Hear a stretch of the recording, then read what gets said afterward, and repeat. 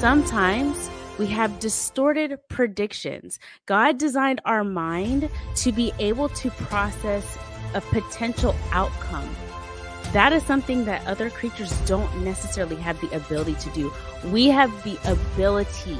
That is a God design. Having God's DNA in us, He gave us a fraction of who He is and His ability to see from the beginning and the end. And He allowed us to be able to project with our thoughts, what could the potential outcome be if I XYZ? All that God does in us, all that Christ does in us, is to reproduce His character in us. And God's character is represented by principles of love. But understand, it's a process. It's a process.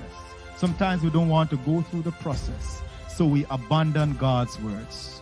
Don't abandon God's word in your process.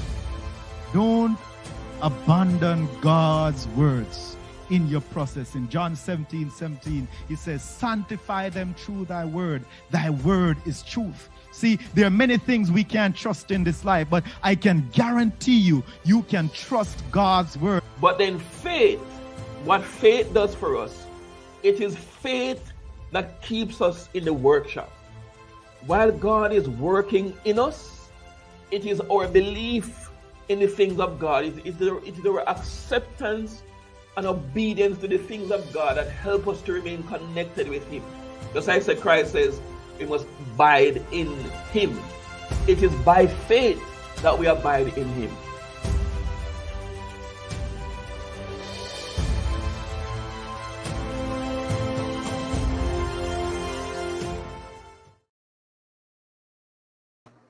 Hello, hello, hello, and welcome to another exciting episode of Zoom Hope Live. Wow, guess what? We are coming up close to 2 years of being live on Zoom Hope Live. And, you know, we have been infusing hope of all kinds into your various situations. And this month, it is promised to be a thriller. You can't afford to miss no week this month. It's just going to be great. So we want you to know there's some things we want you to remember. And that, of course, is to make sure that you lock yourself in as a part of the Zoom Hope family. So the first thing, please visit our website at zoomhopelive.org. And we want you to interact with what we have there. This week we'll have all our episodes for this month will be uploaded, so you'll know exactly what to expect next. And of course, you can go there and check out our past episodes and our blogs. So please, wherever you're watching from, we want you to be intentional in following us. So if you're on Facebook, please follow us. Instagram, do the same. On Twitter, do the same. If you're watching on YouTube, you know what to do. The guy's here. He is Mr. Subscribe. So subscribe. Thank you. We want you to subscribe and make so that you can get all our live updates. And as you subscribe, just go over and also ring the notification bell. By the way, we want to go 400 subscriptions today. So if you have not yet subscribed to our channel, let that happen today. So please subscribe to our YouTube channel. Now, we want you to engage. We're going to be intentional in engaging you today. So as you listen, we want you to share what is on your mind. We want you to ask your questions, and we have a special segment that we will look at some of those. We want to know where you're watching from. So wherever you're watching from, just place it in the chat and we'd like to give you a shout out. So please let's know where you're watching from today. So please share this link so that the world can watch us and we can infuse hope into varied contexts. Right, so that's it. You have seen her picture. Now it's time for you to hear from her, and that is our guest for today, and that is none other than Joy Kaufman, who is here from the Farm Stew International. So, Joy, it is good to have you with us on Zoom Hope Live. Thanks. It's great to be here. And I like your little subscribe guy. Right. Oh, man. That guy, he decided that he's not going to stop till maybe we reach 1,000 subscriptions. So it seems as if you have a lot more dancing to do. That's awesome. So how was your day? Oh, Sabbath was very good, actually. Yeah, I met in Colorado at the Montrose SDA Church. So I'm sitting in the pastor's office right now. So what a blessing. Awesome. And as one would say, that is a place where it's heaven on earth. All right, so let me just engage us into introduction so that we can understand a little bit more who is Joy. Joy is a graduate with a MPH, Master in Public Health, and she is the founder and the executive director of the Farm Stew International, a recipe for abundant life. Tell us, I know you might do this a little bit in the presentation, but tell us a little bit about what is Farm Stew International. Yeah, sounds good. It's a blessing to be here sharing about Farm Stew. And first of all, I just want to say it's exciting to get to speak to this audience because I do believe I have a message for you that will lead to abundant life, not only for you, your family, but also a tool that you can use in your communities. We don't call it a tool, we call it a recipe with 8 ingredients. And maybe, Larry, you can put the link on the chat for Farm Stew. But maybe you've heard of other health messages, Adventist health messages that have 8 letters. Farm Stew is like that, except for we really want to focus on people that are kind of struggling. Maybe, if you tell them to go have a whole food plant-based diet, they say, well, that's great, but all I can afford is some rice and potatoes and maybe cassava or something. So Farm Stew is a training of trainers program to teach people practical, hands-on, Bible-based skills that will lead to abundant life. So, so the acronym, I can unpack it for you. Go ahead. So there's 8 ingredients in our recipe, and that is farming, really focusing on sustainable, mostly organic farming, the attitude, having a positive mental attitude, and even changing people's attitude about the hard work of farming and how it is really divine work. Then we have meals. We teach a whole food plant-based diet. And I'm actually a nutritionist as well. And I became vegetarian when I was 9 years old, became an Adventist when I was 44. So I didn't even know about Adventists, but God spoke to me and I became vegetarian as a little girl, studied nutrition, and am totally, completely convinced that a whole food plant-based diet is the best for any age. And I'm sure most of your listeners are too, but we can look into that more. Then the so FAR, I forgot the R, which is rest. Of course, we need rest for our bodies, rest for the soil. Also, a lot of the soils in many countries are very depleted because they're not being given that time of fallow. Also, rest for women's bodies. We work in some countries where women are having 8 and 9 babies still. And when that interval between births is too short, it's really hard on the baby and hard on the mom. So then meals is our whole food plant-based diet. So that's FARM, farm. And then stew stands for sanitation, which is, cleanliness is next to godliness, right? And so we're working in some places where some people don't really have the concept of latrines yet, for example. So helping them to get the tools and even the slabs to put in latrines, that really improves people's health and well-being. We do pads for girls. So there's a lot of girls around the world that when they start their menstrual cycle, they have to drop out of school. And that starts the cycle of poverty all over again when we have to drop out at 13, 14 years old. So that's sanitation. Temperance, we focus on, moderation in the good things and avoiding all the horrible things, right? Addictive things. including sexual temperance. We touch on that. A lot of our health messages don't, but having self-control in that area is one of the best things for health and well-being, right? And then the E stands for enterprise, which is helping people think entrepreneurially. So, there's not going to be just jobs handed out for people easily, especially as we come closer into the last days. Having a job is a luxury, maybe. So we need to be thinking entrepreneurially. And then our final letter, water. Of course, we need to be drinking water, but in many parts of the world, clean water is very hard to come by. And so thanks to our wonderful base of donors, which we hope is growing every day, we've been able to put in wells. In Africa last year, in Uganda and South Sudan, we put in 29 wells that totally transform the life of a community when they don't have clean water. And then when we're able to provide it, of course, with the message that Jesus is the living water. So that's a nutshell. That's awesome. So now that we get that out of the way, let me just say some more about you for our viewers. And of course, afterwards, we will dive into your presentation. So Joy is also passionate about equipping families, as you'd have heard her talk about training individuals as it relates to prevent hunger, disease, and poverty.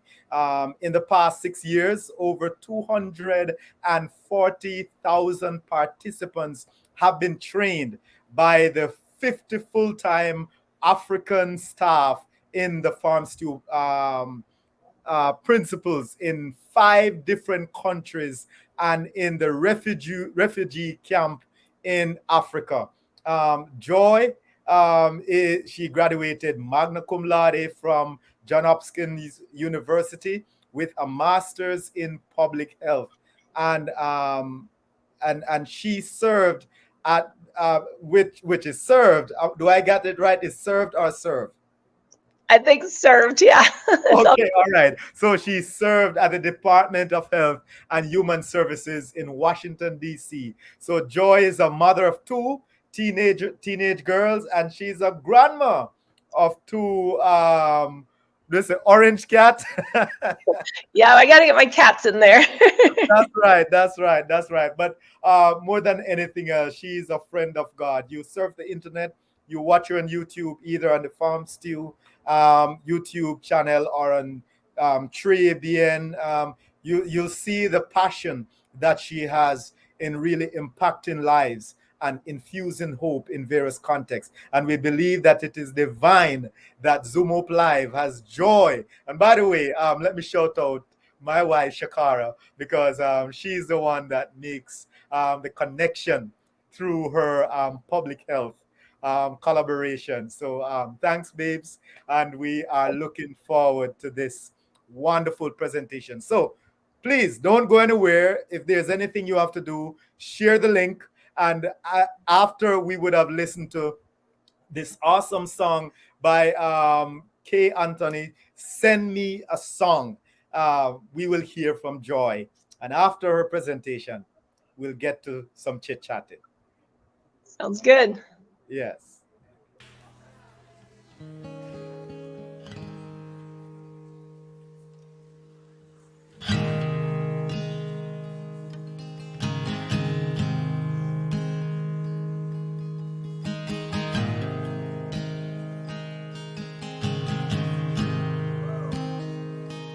I love you, Lord.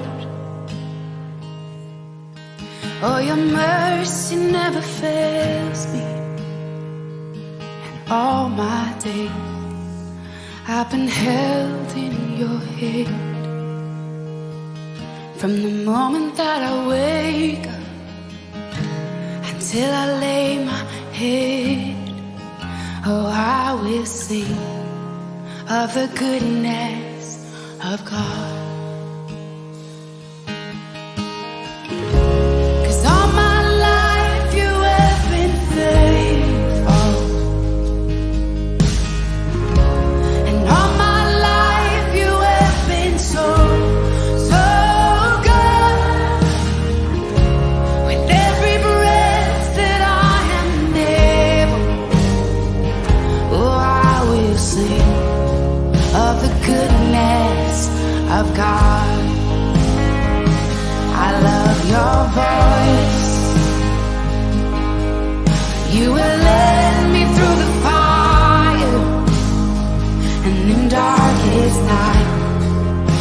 were close like no other. I've known you as a father, I've known you as a friend, and I have lived in the goodness of God. Yeah. And all my life you have been faithful. Oh, and all my life you have been so, so good. With every breath that I am able, oh, I will sing of the goodness of God. Yeah. Your goodness is running after, it's running after me. Your goodness is running after, it's running after me. With my life laid down, I'm surrendered now. I give you everything. Your goodness is running after, it's running after me. Your goodness is running after, it's running after me. Your goodness is running after, it's running after me. With my life laid down, I'm surrendered now. I give you everything. Your goodness is running, it keeps running after me.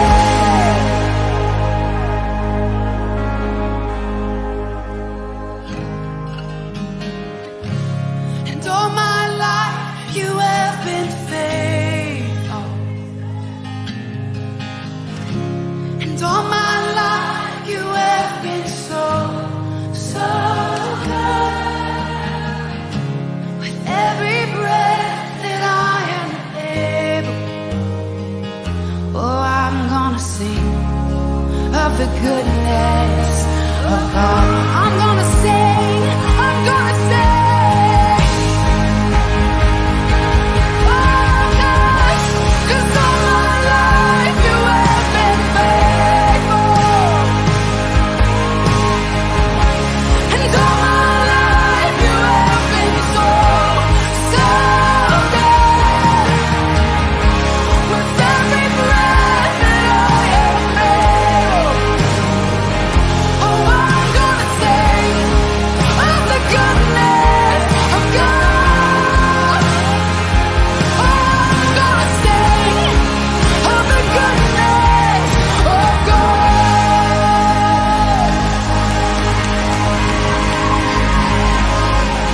With every breath, over all my days.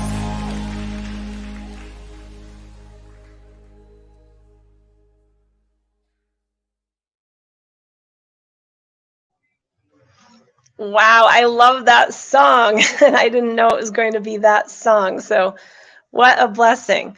So, God is good. He is so, so good. And honestly, I can speak to his faithfulness. And I just want to share briefly my own testimony. Really, like I said, I didn't become an Adventist till I was, I think, 44. And I praise God because I started this Adventist experiment on myself about 3 years before that. And I was actually in a time where I was dealing with some depression and some anxiety and really struggling, frankly. And I knew what Adventists taught, and I knew I sort of abided by some of them, like I was a vegetarian and stuff like that. But I was doing other things like drinking wine sometimes, and drinking coffee in the morning, wine at night, and just really like not having Bible study, different things like that. And I tried this Adventist experiment on myself, and it really brought me from darkness into his marvelous light. And it was such a blessing. And one of my reasons for my passion for Farm Stew is because I know that this Adventist experiment works. This health message works. It worked for me. And I just felt like, I knew this blue zones. I'll talk about that in a bit. But I knew that it also worked for North Americans because we have this blue zone thing where these Adventists are living longer than the rest of the American population. But I thought, we're a global church. So this health message needs to be working for everybody in our global church and for communities where they live. So Larry, did you want to jump in and add? No. Please go ahead. Okay, sounds good. So I have this verse here on the screen, and this is our theme verse. And I'm going to pick on you, Larry, since you jumped on. So this verse, I think we all know, John 10:10. Who's talking, Larry? Do you know? That's Jesus. Right on. Okay, so Jesus, he says, I came that we might have life and might have it more abundantly. But this is the second half of the verse. The first half of the verse, Jesus is talking about somebody else. It's we're having some technical difficulties. I realize. Okay. Am I glitching? I hope not. Yeah, I'm not. So we are back live. Okay, great. Right. All right. Well, the first half of this verse is about the thief that comes only but to kill, steal, and destroy. And so what I like to say is John 10:10 is the great controversy in one verse, because you have this battle going on of the thief that comes to kill, steal, and destroy, and Jesus who came that we might have life and have it more abundantly. And so, we got to choose our side of the battle. So hopefully everybody listening is going to choose the Jesus side. And so in that case, we better learn how to help people have life and have it more abundantly. Right. Now, I think us Adventists, we have a lot of spiritual truth to share, of course. And I came into the church embracing all 28 of our fundamentals. And this is not to take anything away from them, but those are kind of sometimes what we believe, what we think, what we're convicted about. But Farms 2, I'd like to say, this is how we live. This is what we do so that our lives, we shine and we have the joy of the Lord because our kids are fed. We can send them to school. We're healthy and, we have the resources that we need to have an abundant life. So this is your recipe. So I hope, like any good recipe, that you'll be emboldened to share the recipe. And I'll give you some techniques for how to do that. So one first place to start is going to our website, farms2.org, and you'll see along the top there's a banner and you can click on the recipe. And this is the Farms 2 Wellness Guide. So we did this actually, like you all launched at COVID. We did this at the start of COVID. We said, okay, we know what we're teaching in Africa in the different countries where we're working, but we want to have something that's helpful for people in anywhere in the world. So this little wellness guide teaches, what these letters mean in your life. And so we'll be touching on these, but you can go to our website, click on the recipe, and download your free copy right now. So I invite you to do so. But really, the reason why Farms 2 started was because of this issue right here. And it's that here I am sitting in the USA. You guys are a little bit down south, but right. 1 in 50 kids in the US are severely malnourished. I don't know what the number is in the Bahamas. I'm guessing it's maybe a little higher than that, but not nearly as high as 1 in 3 in sub-Saharan Africa. Severely malnourished kids. 5 children under the age of 5 die every minute in Africa. And, we have 9 million Seventh-day Adventist members in that green area there, which means we don't count kids, if you think about it, unlike the Catholic Church who counts kids as their members. So I'm guessing we have like 20 million people that are Adventist people in this place where 1 in 3 children are severely malnourished. And so I wanted an Adventist health message that was a blessing for them. Yeah. These numbers aren't quite as dire in a few other parts of the world, like Southeast Asia.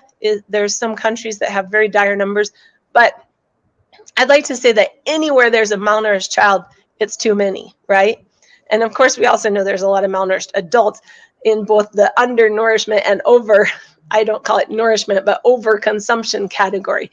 So Farms 2 is a message for all of them. And this is now a bit dated, but things got worse during COVID. You can see where there is high levels of food insecurity in different parts of the world. And the Caribbean got hit pretty hard. There's some Central American countries and South American countries. But really, again, you see how bright And that's phase 4. This is an emergency stage. I was just in South Sudan last week with our brothers and sisters there. There are places where they're predicting famines. And really, by God's grace, we have trainers there that are out teaching the people in their villages how to prevent famine. And this is with this same recipe that you're going to be learning some today. And I'll invite you how you can learn even more. But first, the question is why? Why should we care? Why should we care about poor folk in general? And why should we care about kids? Well, Sister White has this quote that I love.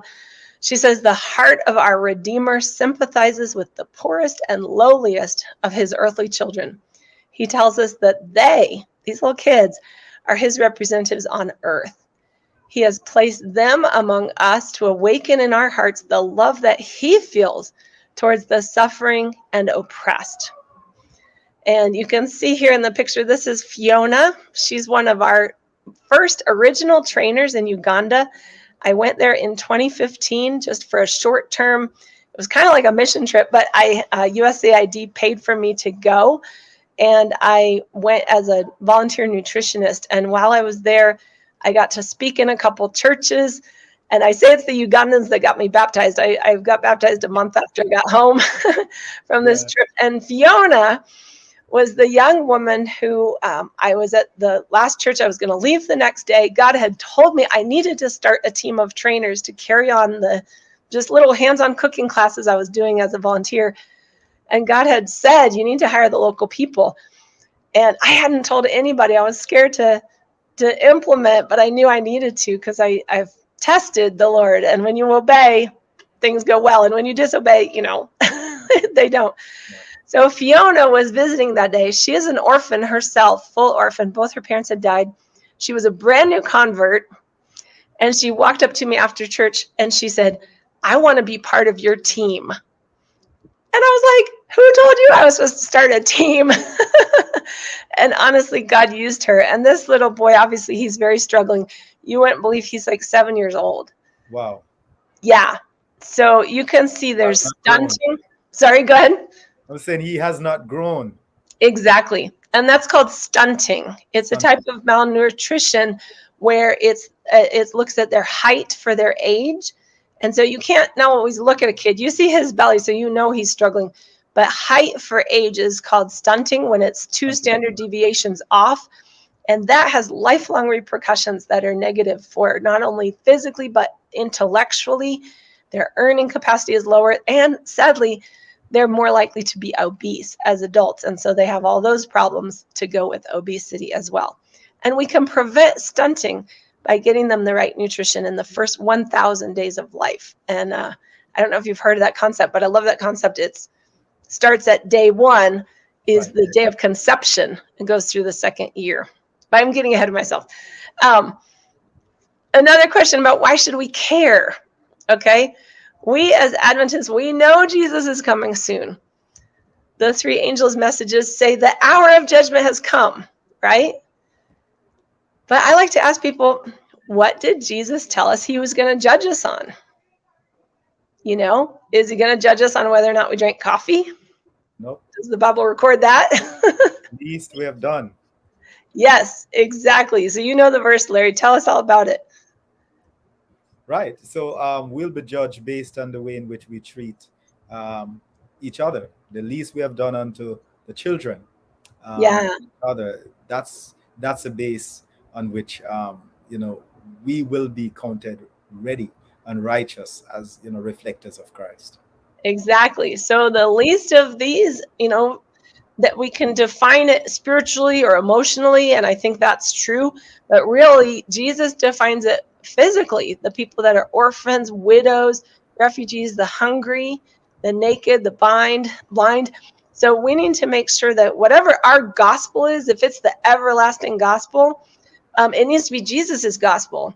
And he says, when he unrolled the scroll from Isaiah, he says, I came to bring good news to the poor. So I feel like if our gospel as Adventists is not good news to the poor, we better check ourselves and make sure we're ready for Jesus, who's going to ask us how we conveyed the everlasting gospel.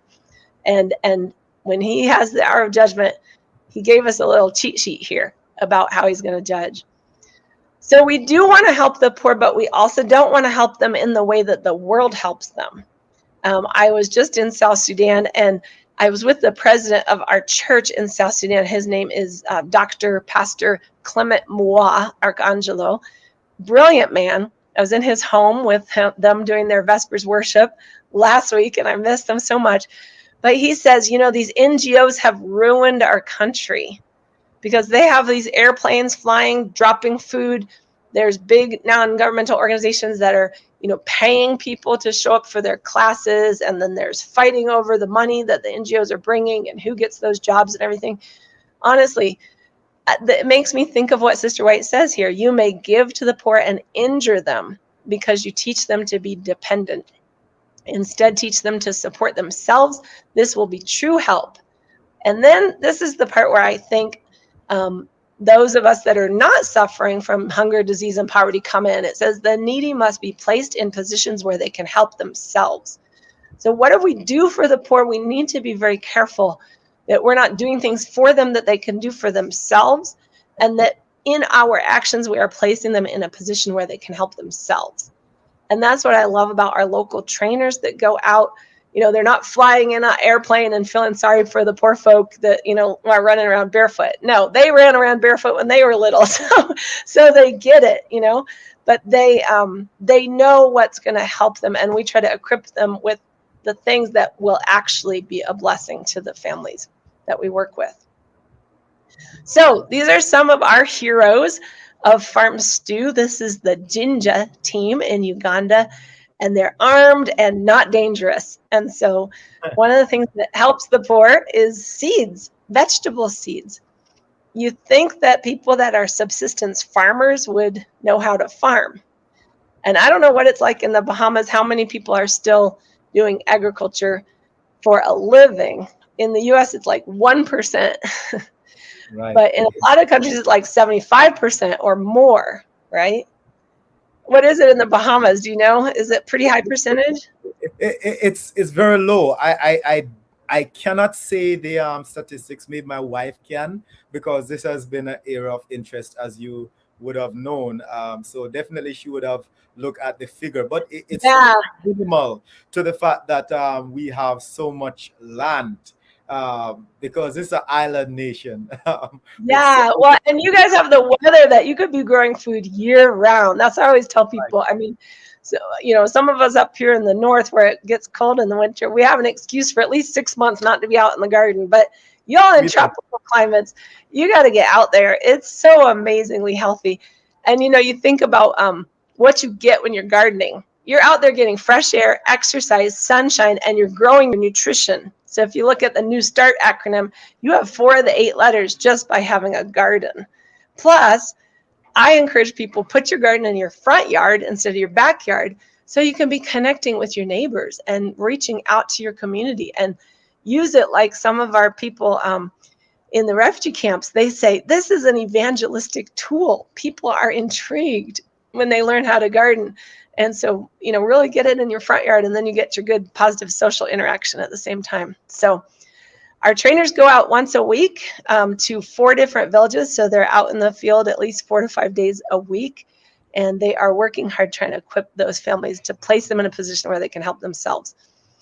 And let's see. So Farm Stew, again, I already shared the recipe, but I thought I would run through the letters again because I really want them to hone in your minds. We do have a Glow tract now that you can download from Glow that can actually share this recipe in 900 words or less. So it gives the description about each of the letters, and we'd love to make that available to anybody that wants to print it anywhere. You could even put your own, ministry on the bottom part of it and share this recipe. That's what we're intending to do. Awesome. So I just want to tell you a little bit more about the recipe because you need to know what you're getting into. Right. What book do you imagine this woman is reading in the Bible? Genesis. Take it back. Yes. Okay. So we start in Genesis, and that's because we really believe that, in a lot of these places where the predominant source of potential income is actually in the soil, we need to change people's attitudes about farming. And so a lot of people sadly think that farming is just for poor, uneducated folks that can't make a living any other way. But that's not true. Farming was a gift from God. In fact, he is the original master gardener. He created a garden, he put us in it, and he told us to farm. And that was all before sin. So he gave us that hard work. 6 days we labor and work, remember? And sometimes we're, as Sabbath keepers, we focus on Sabbath. But we got to remember that the Sabbath commandment, we can't be keeping the commandment if we're sitting around doing nothing 7 days a week. The Sabbath is unique and special because we had the 6 days we labor and work, and then God invites us to rest. So anyway, we start in the garden. We stay in Genesis. Noah, when he got off the boat, he was told not only he could get permission to eat animals, but he was also told to eat that which is pleasing to the eye. And later I'm going to show you our food guide that shows the rainbow nutrition. He was given the rainbow as the covenant, and we encourage people to eat the rainbow. That's one of our signature dishes. We also focus our work on sound science. So like Shakara, Larry's wife, who's getting her master's in public health, I also studied public health. And I was completely intrigued when I learned about these blue zones. And if you're not familiar with them, they are 5 hot spots of health and longevity that were found by this author, Dan Buettner, who wrote this book. And he was working for the National Geographic at the time, and he had researched all over the world, found these places. And so this little Venn diagram shows some of the characteristics that 3 of the blue zones have in common. We have Sardinia, Italy, Okinawa, Japan, and of course those 7-day Adventists in Loma Linda, California. And if you look, we could spend a lot of time on this slide, but just for the sake of time, if you look at the characteristics there in the middle in red, those are the characteristics that all 3 of those cultures have in common. And while we're looking at them, I want you to ask yourself, does it take a lot of money to have those things in common? And these are characteristics that led to people that lived to be 100 years old, and they're still kicking it. So at a very high percentage of longevity, health and longevity. So does it take a lot of money to have a strong family? Right? No. How about no smoking and no alcohol? Does that take money? You actually spend money if you do that. Exactly. So you're saving money. How about plant-based compared to, all the animal foods, which is cheaper to eat? Yes. So we're saving money there. Constant activity. Well, if you're walking instead of getting in the car, that's a great way to save money and get exercise, right? Or gardening instead of sitting on a couch watching cable TV. Again, you're saving money. And then social engagement, being involved in a church or a local club, having friends that you meet outside in your garden. That's cheap, right? Cheap entertainment. Joy. And then finally, this is one of my favorites, eating legumes or beans. Beans are generally the cheapest food you can buy. And a lot of people don't even know what to do with a dried bean. Just soak it overnight and boil it, hopefully in a pressure cooker. Makes it easier and faster and saves you energy and money. But they found that people that eat beans every day live 4 additional years. So they sell you all those vitamins and tonics and this and that. Just eat beans and you'll be better off. So there's a bunch of other characteristics. I'd like to just point out high soya, the strong faith, gardening, strong women. I'll mention the Italians. Yeah, they're drinking wine. But the benefit from that, when it says high polyphenol, that means that bright red wine, the very dark red wine. The benefit is not in the alcohol. The benefit is in the dark color of the grapes. And so you can get those benefits from grapes instead. And we'll show you the dark colors in the rainbow that we recommend. That's where you get the benefits. So forget the wine. Stick over here with the Japanese and the Loma Linda people who are not drinking alcohol. Right. So any questions, Larry, comments you want to make on this blue zone? I really believe that what you have presented here, they intersect with all these areas. It's pretty easy. In fact, these might be things that we chose not to engage ourselves in, not to eat and so forth, but they're there on the table. They're there to actually engage. Even as you talk about social engagement. So you could carry on. It's okay. Really, Sounds good. I'll just mention here real quick, since I looked up this whole grains, I just want to say, this is how God made them. Let's trust God and eat them in their whole form.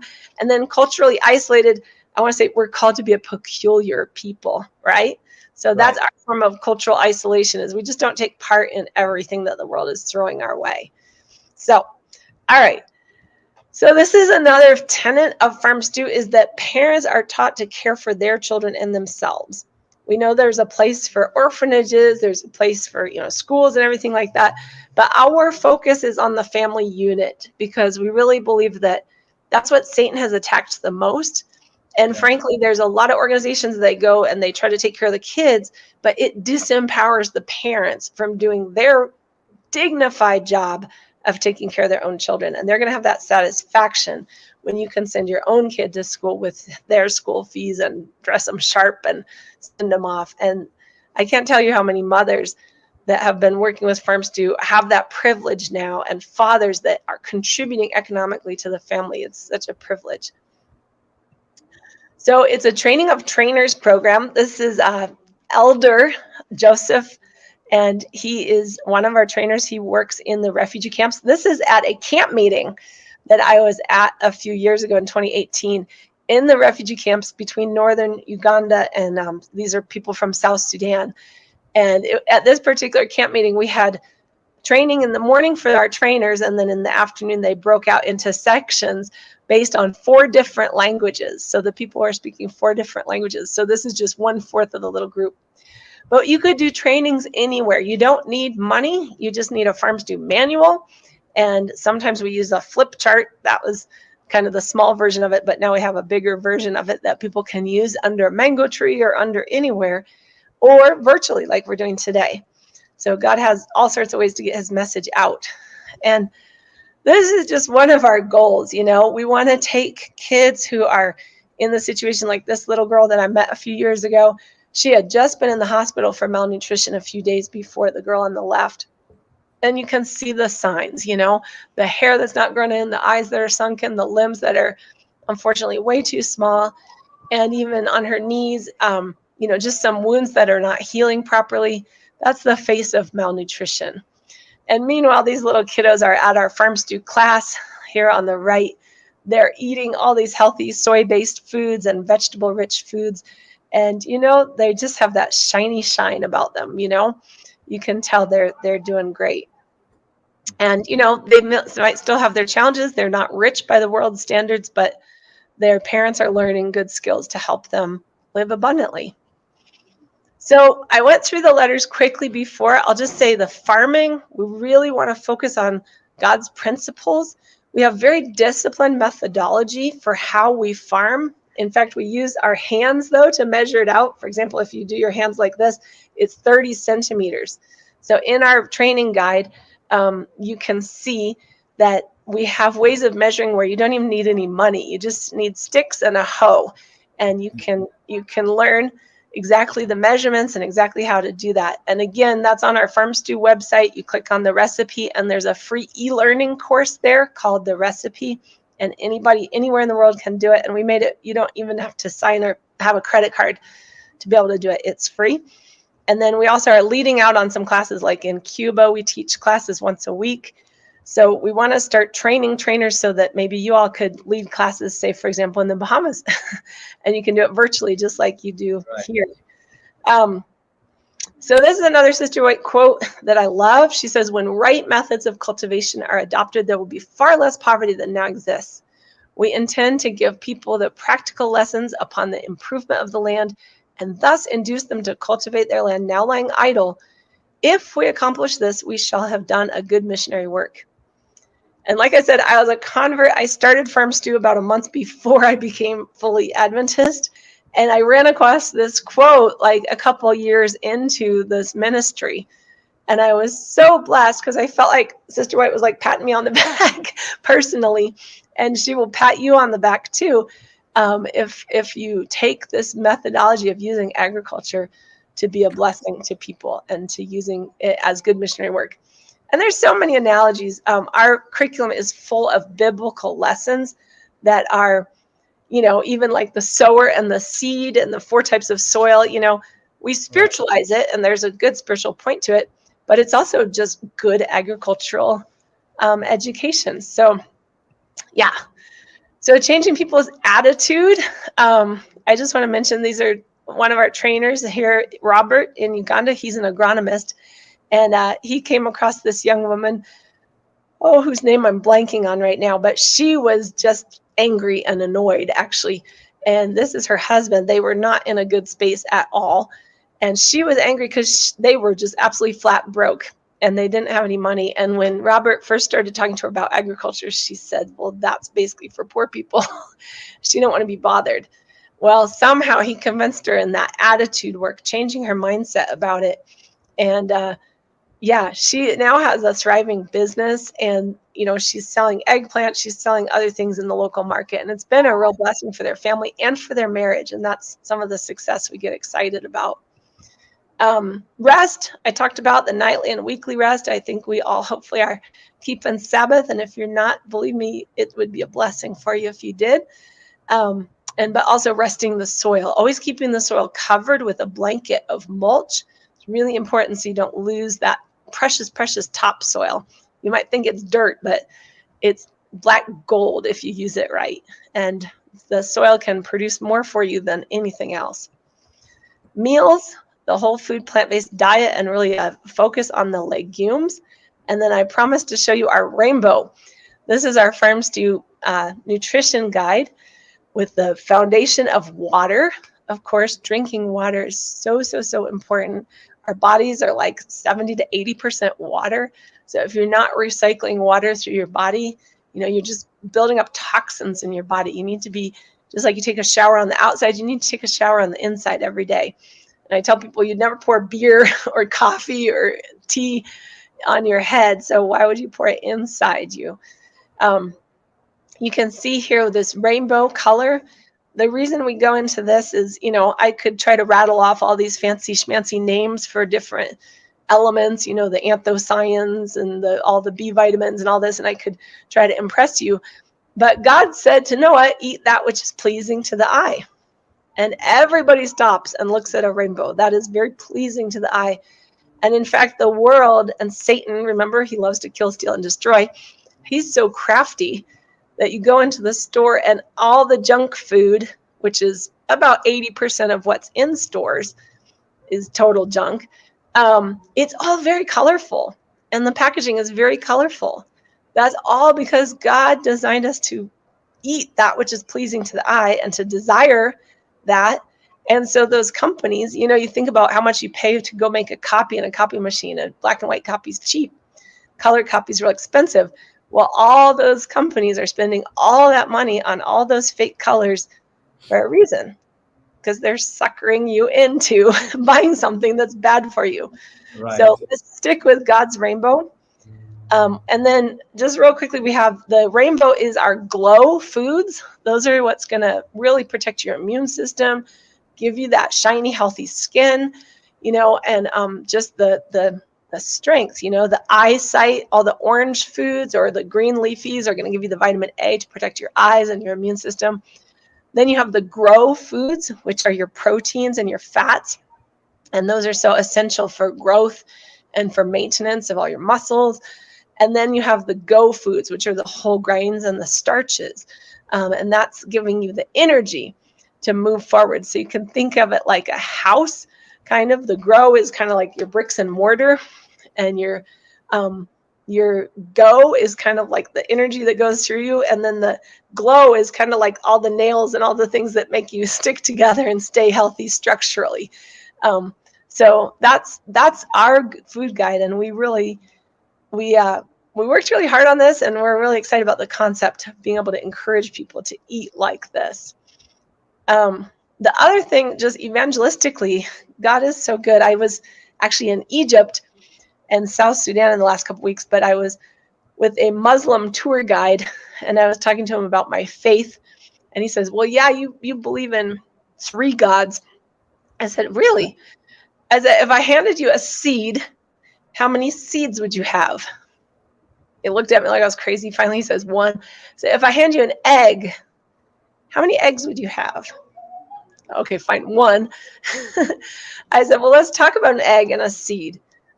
There are 3 parts in one. A seed cannot grow unless it has the seed coat, the food store, which is called the endosperm, which is the food for that seed, that germ. When it's growing, it like eats the food that's on the inside. There's no possibility for growth. Same with an egg. That yolk is where the germ is. It has to eat the food around it, which is the white part, and then the shell protects it. So basically, anything that gives life on this planet is a 3-in-1 reflection of the one true God. And in Romans, he says that, Yeah, it's kind of profound. I feel like that's a gift. Profound, yeah. And nothing gives life. I mean, humans are conceived with an egg, right? There's nothing living. Well, I guess I shouldn't be so. I guess there's spores and stuff like that, but I won't go into that. Maybe there's a spore expert on the line. But really, the vast majority of life on this planet comes from something that reflects God. His invisible attributes are clearly seen, being understood by the things that are made, even his eternal power and Godhead. So anyway, just to say, eat it, the whole seed. Honestly, just grind it up whole. I know most countries, people only eat white rice. All rice is brown before they take off the good stuff and feed it to animals. And they wouldn't feed it to animals if it wasn't nutritious. So why don't we get it instead? That's a whole nother soapbox I can get on. But I'm going to keep rolling fast so we have interaction time. Sanitation, trying to get people latrines and pads for the girls. Temperance, we know what that is. So important. Basic self-control. Honestly, without self-control, no matter everything else I said, forget it. You're not going to practice it. So temperance is such a gift from God, and it's something we need to emphasize to everyone. And then enterprise. I'll just tell you a quick story about Mr. Beaudry here in purple. He knew nothing about gardening when our trainers showed up, but he decided to take it serious. And then these are Mr. Beaudry's gardens here, and us checking them out. And then he has this whole group of young people that he's mentoring now in his agricultural profession. And he actually inspired us. We started a restaurant, a health food restaurant, buying from our gardeners, which was really exciting. Another long story, but I won't go into it now. But lastly, our last letter is water. And we really focus on hand washing. And if you could see this girl's foot, you could see she's stepping on a little stick. This is called a tippy tap. Even where you don't have running water, you can still have a tippy tap right outside a latrine and wash your hands. And the World Health Organization says that the habit of hand washing could save more lives than any single vaccine or medical intervention. That is still true to this day. So there's all this hype about vaccines, but you know what? Hand washing is going to go a long way. It's not as big for COVID as we first thought at the beginning, but it's still such an important practice. So we try to certify farms to homes. So we have a standard for farms to home certification. You can see over here, they have a latrine, they have a tippy tap, and they have a garden. These are particular high iron beans here, and orange flesh sweet potatoes, 2 things that we push. This is for the vitamin A, this is for the iron. Working with these are one of our church elders in Uganda. They were our first certified home. Very proud of it. His name is Mr. Fumba. So I said he's Fumba the farmer. Oh my goodness, this map is so old. We're in like 5 more countries now. Praise be to God. But I hope we're in the Bahamas soon. Hint, hint, hint. Working on COVID. And then I'm going to go here just real quick. We have 5 freedom priorities. Larry, I'm going to ask you to put that in the chat. But just to mention them really briefly, our priority, first of all, is freedom from dependency. We want people dependent on God and God alone, but helping them have the skills they need to thrive right there where they are. We also have the freedom from shame, which is helping the girls get pads, freedom from drudgery and disease, which is helping with the wells, and also low smoke cook stoves. A lot of kids die from acute respiratory illnesses because of breathing in smoke, and the women get it in their eyes and they get it in their lungs. We can make a very cheap and easy low smoke cook stove that would help a lot of people, millions and millions of people. And then freedom to share, that is sharing this recipe. So getting this information out in as many people's hands as possible. And then finally, the freedom to grow. We really want to help start health food businesses that can help Adventists be able to have jobs, but then also support some farms to trainers that could go out and change their communities. So I do encourage you to check us out online, farmstew.org. And also, if you go to YouTube and type in Farm Stew, there's a recent 3ABN show that I think illustrates really well what we're doing in, now in the recent times. So again, we are totally dependent on God. We are also dependent on donations. We do hope to start some businesses, like food businesses, that can help sustain us. But right now, we're just in the very early stages of that. So if you want to give, please go to farmstew.org, and there's a little purple button, donate there. And then you can learn by taking the e-learning course. Again, you just click on the recipe and it says e-learning, and then share this link, share this video. We'd love to have you be part of it. And again, the e-learning, you can learn all this and teach it yourself. You could host things in your home or as you wish. Go for it. We really want to encourage that to get out there and share. This is a Pathfinders convention in Uganda, and we had made soy scrambled eggs, which is the same as tofu. You can make it very easily with just some lemon juice and some soy milk. We teach you how to do all that, and it's been exciting. And then I'll wrap up, last slide. Though your resources may not be sufficient to feed thousands, they may suffice to feed one. In the hand of Christ, they may feed many. Like the disciples, give what you have, and Christ will multiply the gift. So I don't know the context where you live, whether you have neighbors that maybe are hungry, or people across town or in another village where they're hungry. But I do believe that whatever you do for the least of these, you're doing it unto Jesus himself, and that it will be a blessing, and he will bless you and lead you and guide you. And if you're in a place where you can donate to Farm Stew, we would really appreciate that. And I promise you, we are good stewards, and can show you all the numbers to prove it if you want them. So I think I'll stop there and pull down the slideshow, and maybe Larry and I will have a chat. Wow. No, Joy, honestly, I've been a vegetarian for a little while myself. So just listening to your presentation right now, it really sparks my interest. It's really powerful. Let me share my experience, right?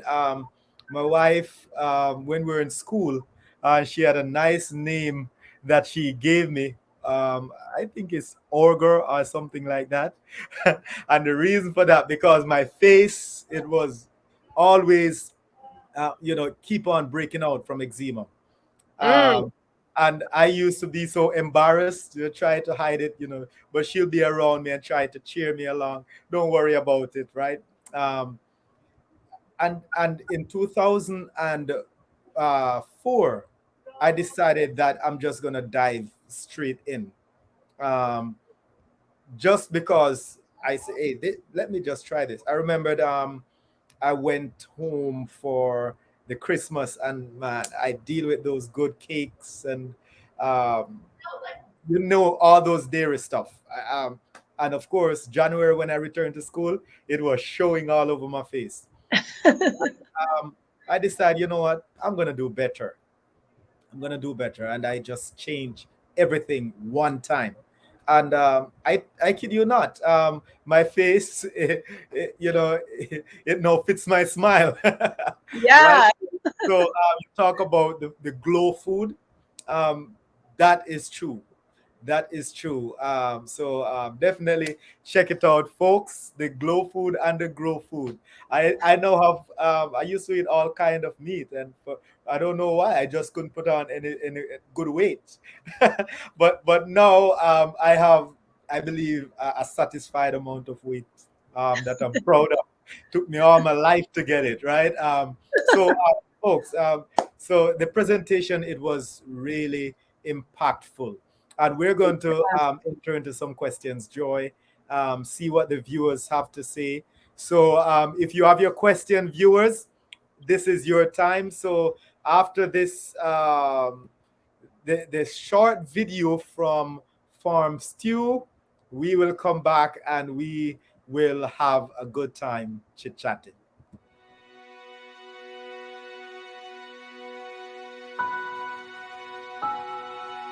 In sub-Saharan Africa, 1 in 3 children is severely malnourished. People are suffering from diseases that they can prevent with simple habits and healthy food. They don't know about sanitation. Education is a necessity. Kids have no hope of a better future.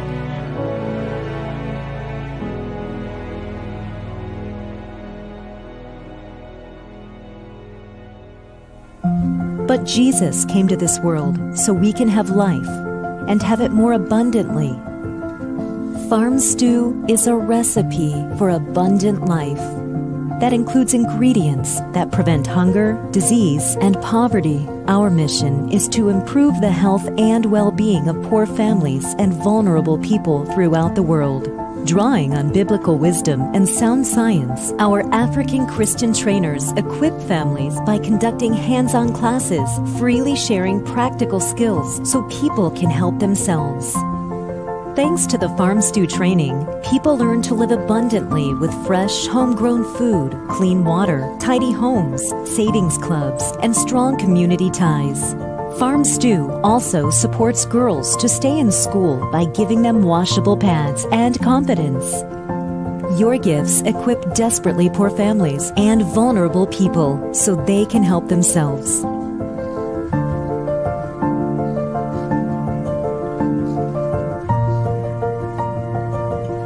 Will you give for abundant life today? Farm Stew, a recipe for abundant life.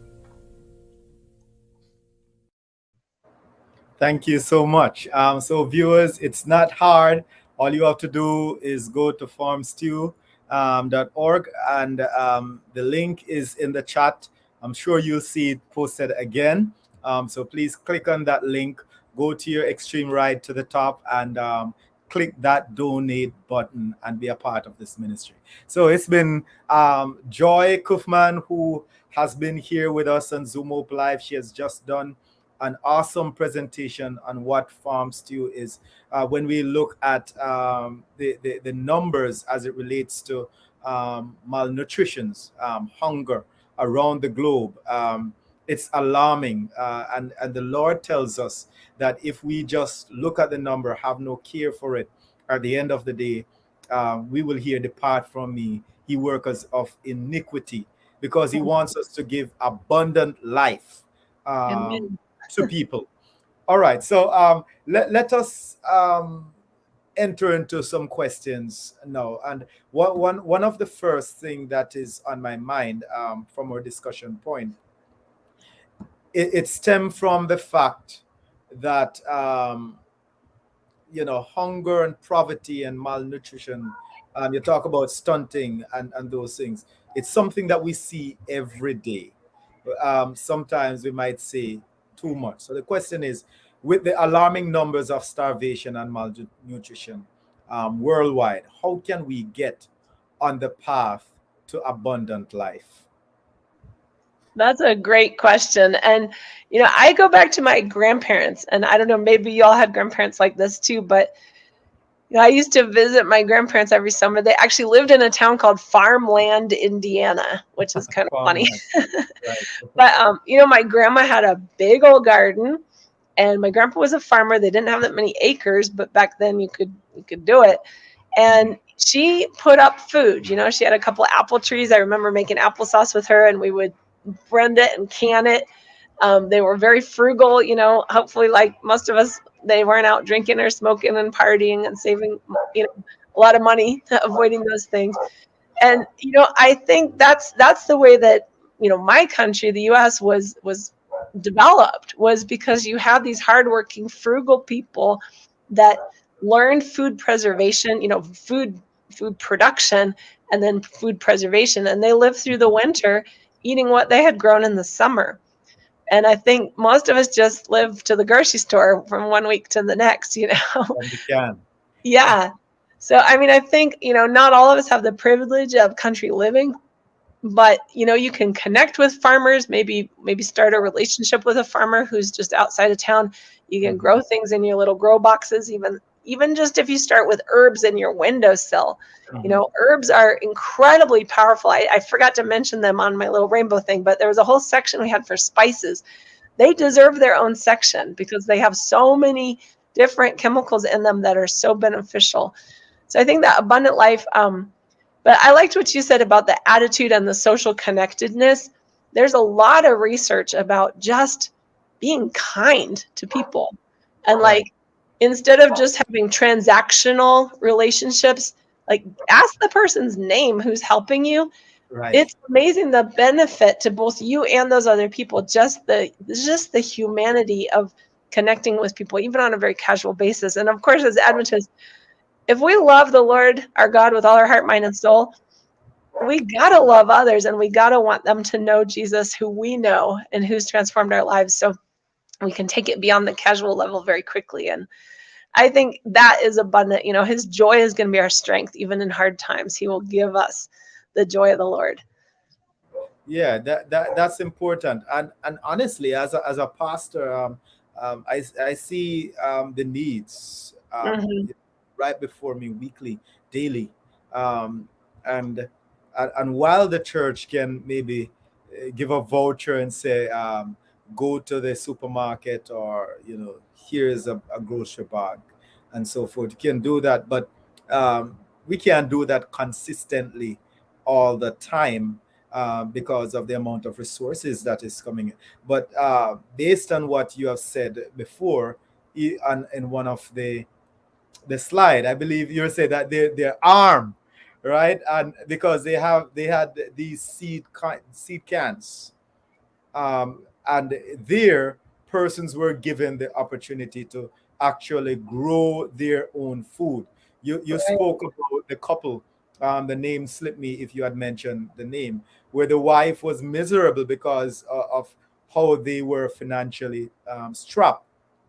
But no, she was not only able to see food coming from her own ground, but she was now able to sell eggplants, right? So it's amazing, as you're saying, what the church can do, what we can do, even when we face the different climates, like the 6 months of winter. Persons can actually store up enough food to actually take them through that time. Right. Awesome. Yeah. Yeah. And I was telling people here, actually, I preached at this church about a month ago. I said, what if, you have your evangelistic series and everything like that, but what if you had salsa parties, where everybody in the church has their own little garden, and then, of course it's going to grow in overabundance. I mean, you look at agriculture, you put in a couple cucumber plants and you have cucumbers coming out your ears. What if we're inviting the community into the kitchen that generally sits empty except for a few hours a week? And have canning parties, have solar drying parties, dig up your lawn around your church and start a garden that you can invite the kids to, and plant some perennials. I saw there's somebody here on your chat that is just kicking it. It's Colin. Yeah. All right. He's like, his wife has like berries and all this stuff, and he's really into it. He's right. So let me share some of Colin's pictures, because he sent it to me while my goodness, this is awesome. Right. So let me go full screen here. Yeah, now we're talking, Colin. Good job. And I love he's all excited about how his wife is doing all this so stuff. We enter full screen. So these are this is his backyard. That's awesome. Right? Praise be to God. Honestly. So the question perhaps that would come next from the Bahamas to say, well, we saw the soil in Uganda, that it looks really nice and luscious, but we don't have that in the Bahamas. Of course, Colin would already prove us wrong, because we really have fertile soil here, so we can actually enter into this abundant life that you have referred to. Now, I want to go back to Farm Stew a little bit, Joy. How does farm stew correlate with the commission God gave to humanity to tend the Garden of Eden? Oh, praise God. I love that question. Let me just touch really quick on the soil. We teach making compost and then mulching. And then we also refer people to, there's a place called borntogrow.net. And I didn't send you that email or that link before, but borntogrow.net. People can learn to build up their soil. But we teach composting and gardening, so you can build up your soil. Believe me, God did not leave us hanging, and he wouldn't leave the people on your island hanging. So he has something for you to create the soil. But with the commission God gave to humanity, I mean, one of the things I like to show is, okay, so in Genesis, you got a garden. Revelations, you got a garden.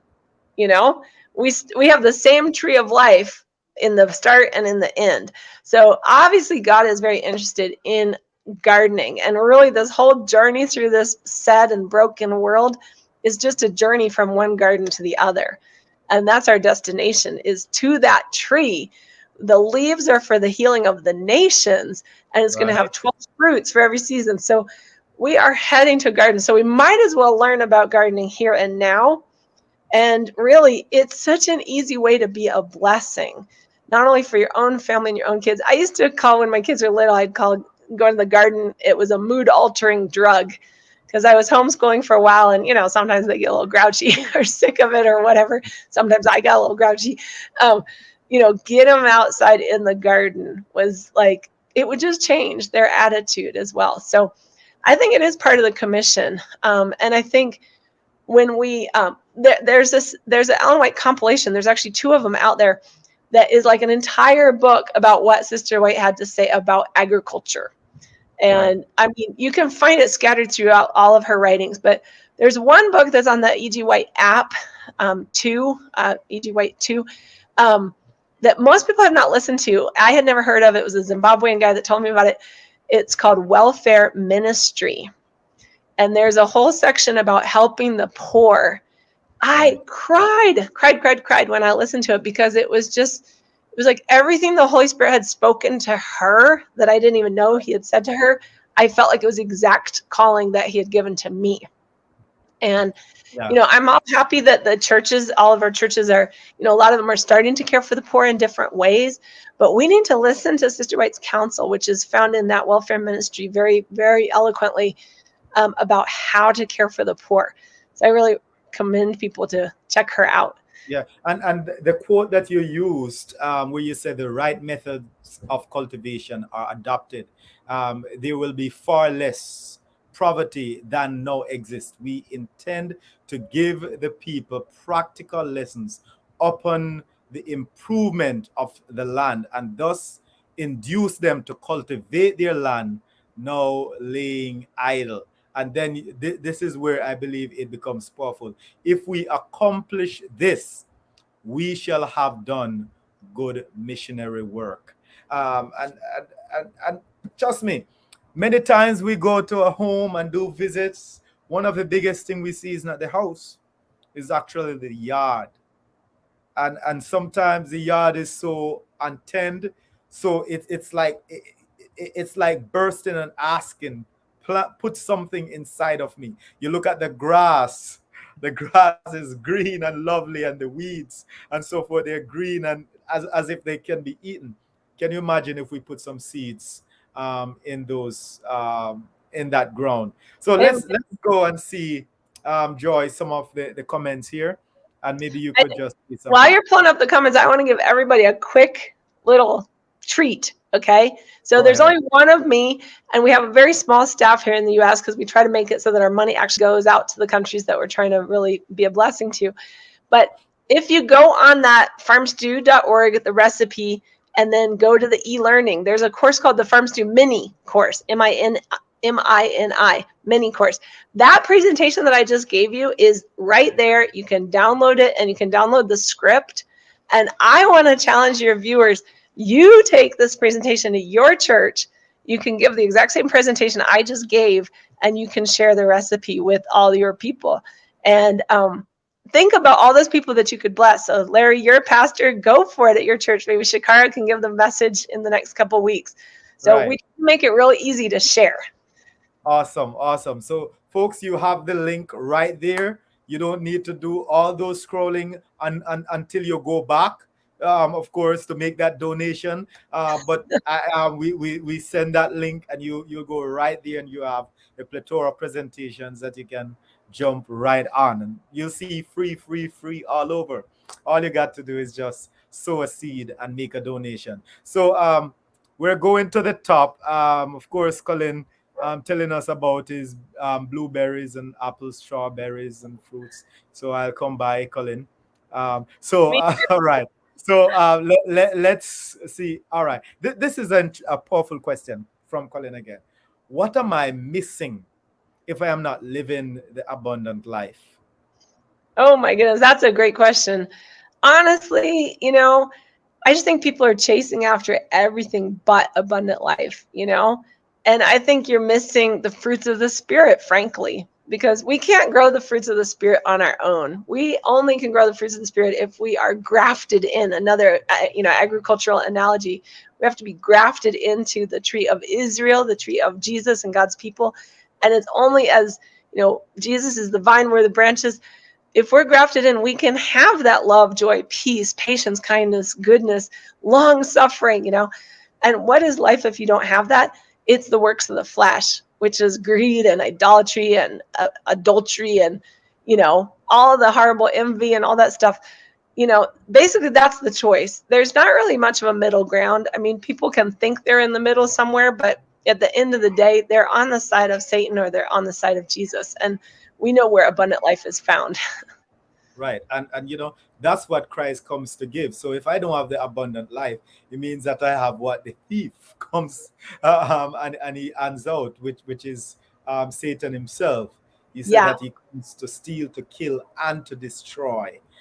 So that's what I would have if I don't have abundant life, because there's really no middle ground. So that's a powerful question. And you know what, Joy, even as you spoke about, I think you talk about social engagement. That was one of the on the list, right? Social engagement. So as you spoke about social engagement, I see your technician came on screen just now, right? As you talk about social engagement, right?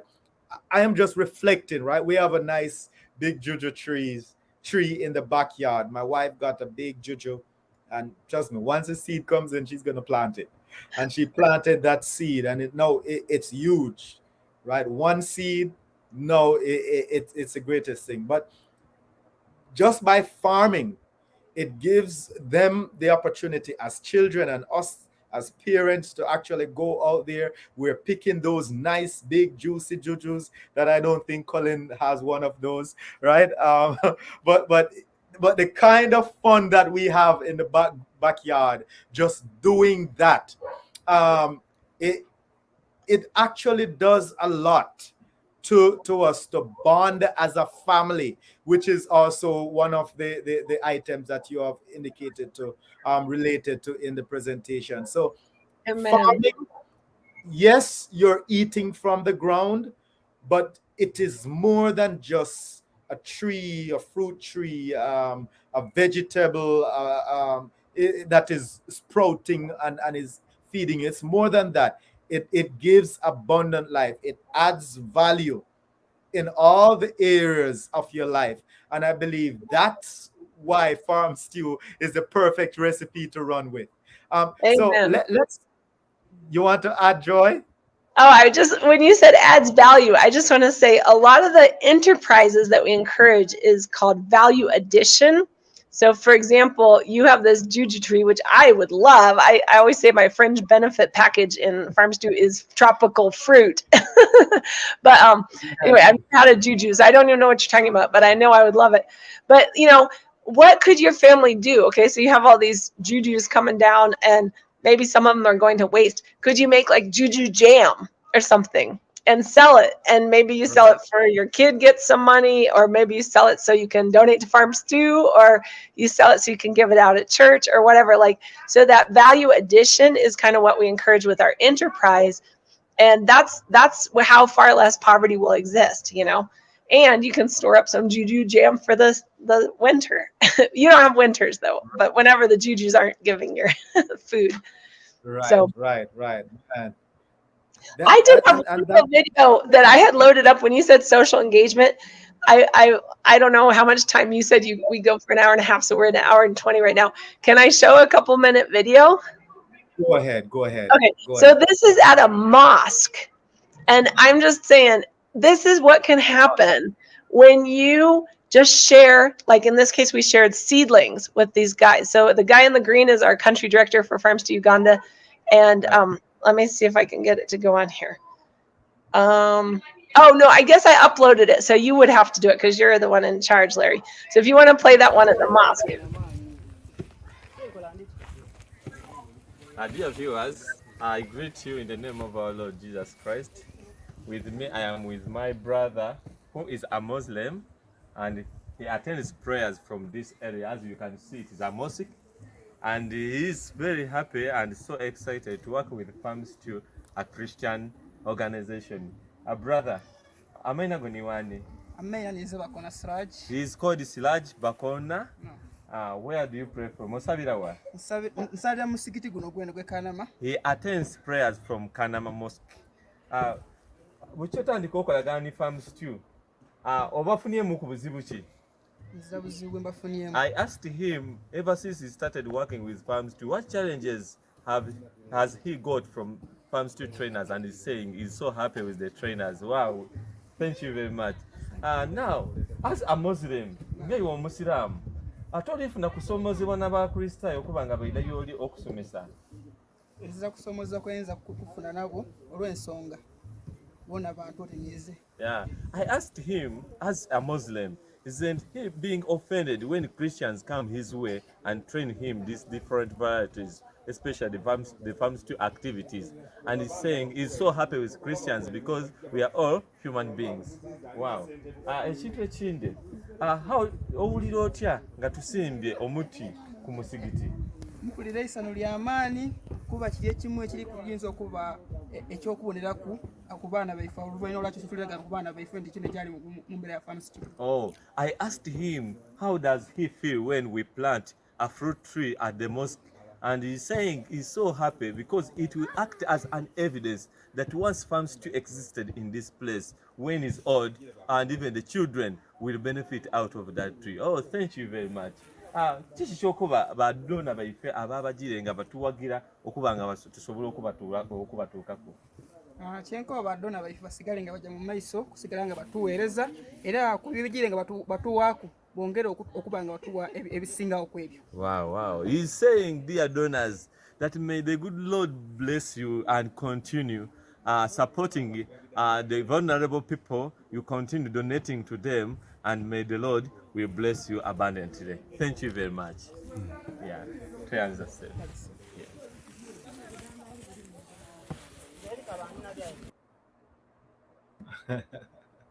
Wow. Just by farming, connect across religion, just connect with people. That's awesome. And I think that's why God said we should tend to God, because it will give us the chance to connect with others. You're muted, Joy. Yeah, sorry. Sister White says that the medical missionary work is the entering wedge. And honestly, I think to me, farming and the recipe of Farms stew, it's right there. It's the foundational work for medical missionary work. And it's such a blessing the way that it is the entering wedge, and it is opening the hearts of people that otherwise would be close to the message. Especially now. And you talk about all the different things that we look to for healing. And of course, the word of God is still true, that the healing is coming from the earth. We are virtually out of time, so we'll ask you to just please give us. I hope that we'll be able to do another part 2. Have a part 2. I think that would really be an awesome. And if not, how about part 2 is we get to hear from people that have shared this in their churches, and they get to come on as guests and tell me how it's received in the churches. That would be awesome. That would be. Here Shakara is saying hallelujah and screaming Amen. in the background. Thank you, Shakara. All right, so give us a final word of hope, please, as it relates to exactly how persons can live that abundant life. All right. Be from malnutrition and hunger. Yeah. So I just want to say, Farm Stew 22. Our theme this year is stretch, and it comes from Isaiah 54 verse 2. It says, "Enlarge the place of your tent. Let them stretch out the curtains of your dwellings. Do not spare. Lengthen the rods and strengthen the stakes, for you shall expand to the right and to the left." And we really feel like God is stretching us this year. And honestly, being here with you in the Bahamas and going around the world via Zoom, Hope Live, we just want to stretch, and we want to, like you're inviting people to your backyard for this amazing tree that I want some of that fruit. So, stretch out, like think about your own personal, what is your tent?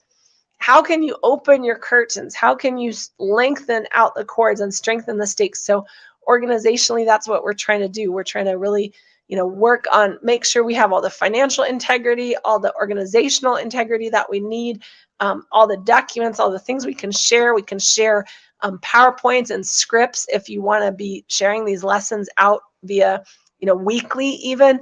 We can go in depth in any one of these lessons. So I just want to encourage you. We want to be stretched, and we want to stretch into the places where you have needs, and we want to equip you with the resources that you need to reach your neighbors. And so I'm excited about partnering with you guys. I am really busy, so if you email me, I might email it off to somebody else and have somebody else get in touch with you. But my email is joy, Joy, at farmstew.org. And maybe you can throw that up there in the chat. And we want to go global with this thing because Jesus is coming soon, and everybody needs to know Jesus, and that the fact that he really has a way for them to have an abundant life. So get ready to stretch. Oops, now you're muted, Larry. Awesome. So folks, let's stretch, and really beat malnutrition, hunger, and so many other things that we are not benefiting from. Let's stretch our hands in faith and reap, as Farm Stew has given us the recipe to abundant life. Thank you so much, Joy, for being with us on Zoom Hope Live. Of course, we'll talk for a minute or so in the background at the end of our time here. So thanks, and we pray that the Lord will just continue to bless you and keep you. Folks, you have heard from Joy and Farm Stew. You know exactly what to do. Go to her link, farmstew.org, and click the donate button and be a participant with this international ministry to really touch the lives of people.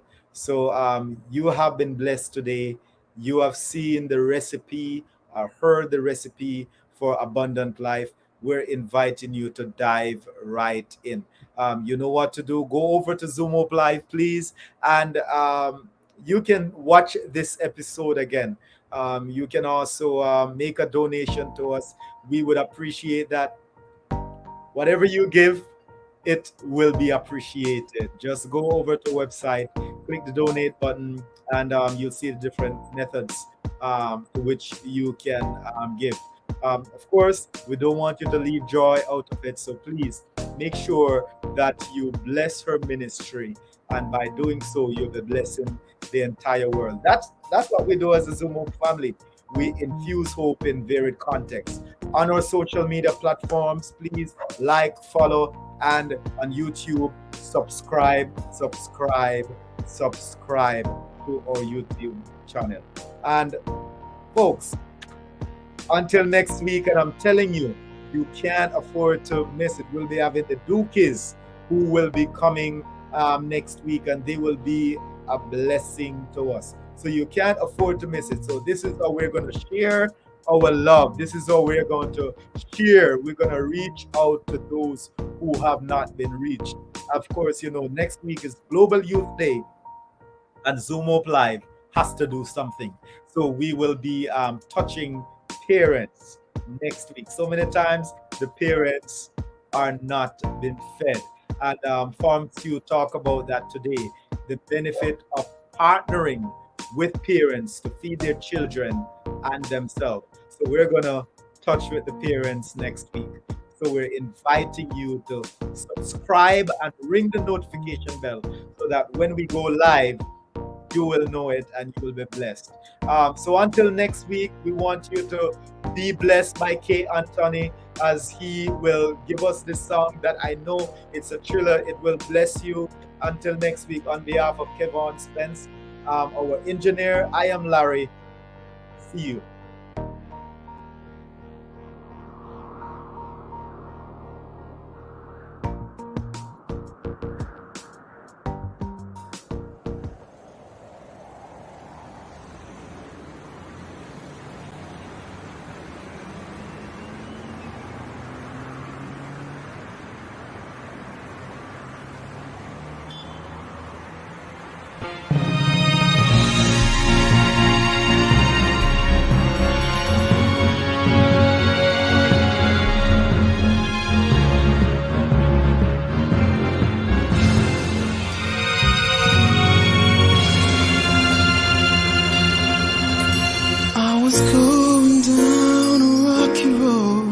Yes, I knew where to turn.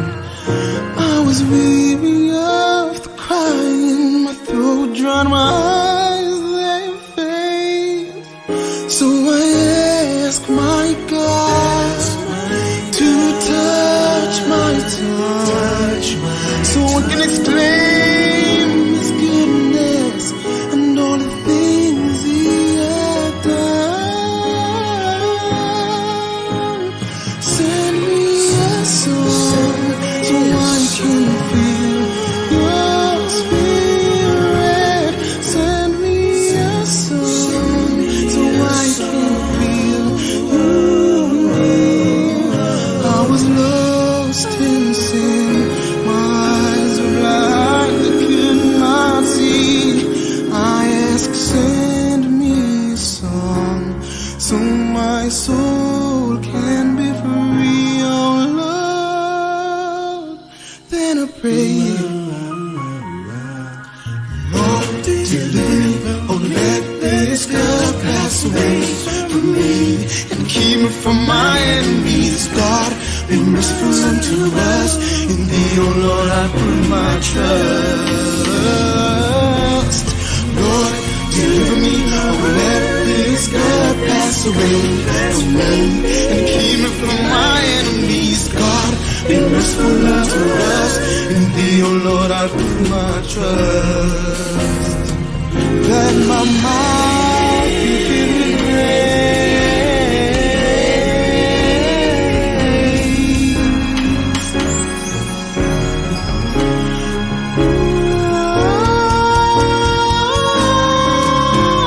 Send me a song so I can feel Your spirit. Send me a song so I can feel You near.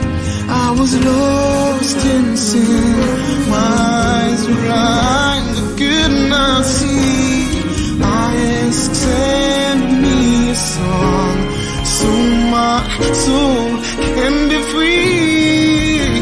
Send me a song so I can feel Your spirit. Send me a song so I can feel You near. I was lost in sin, my eyes were blind, I could not see. I asked, send me a song so my soul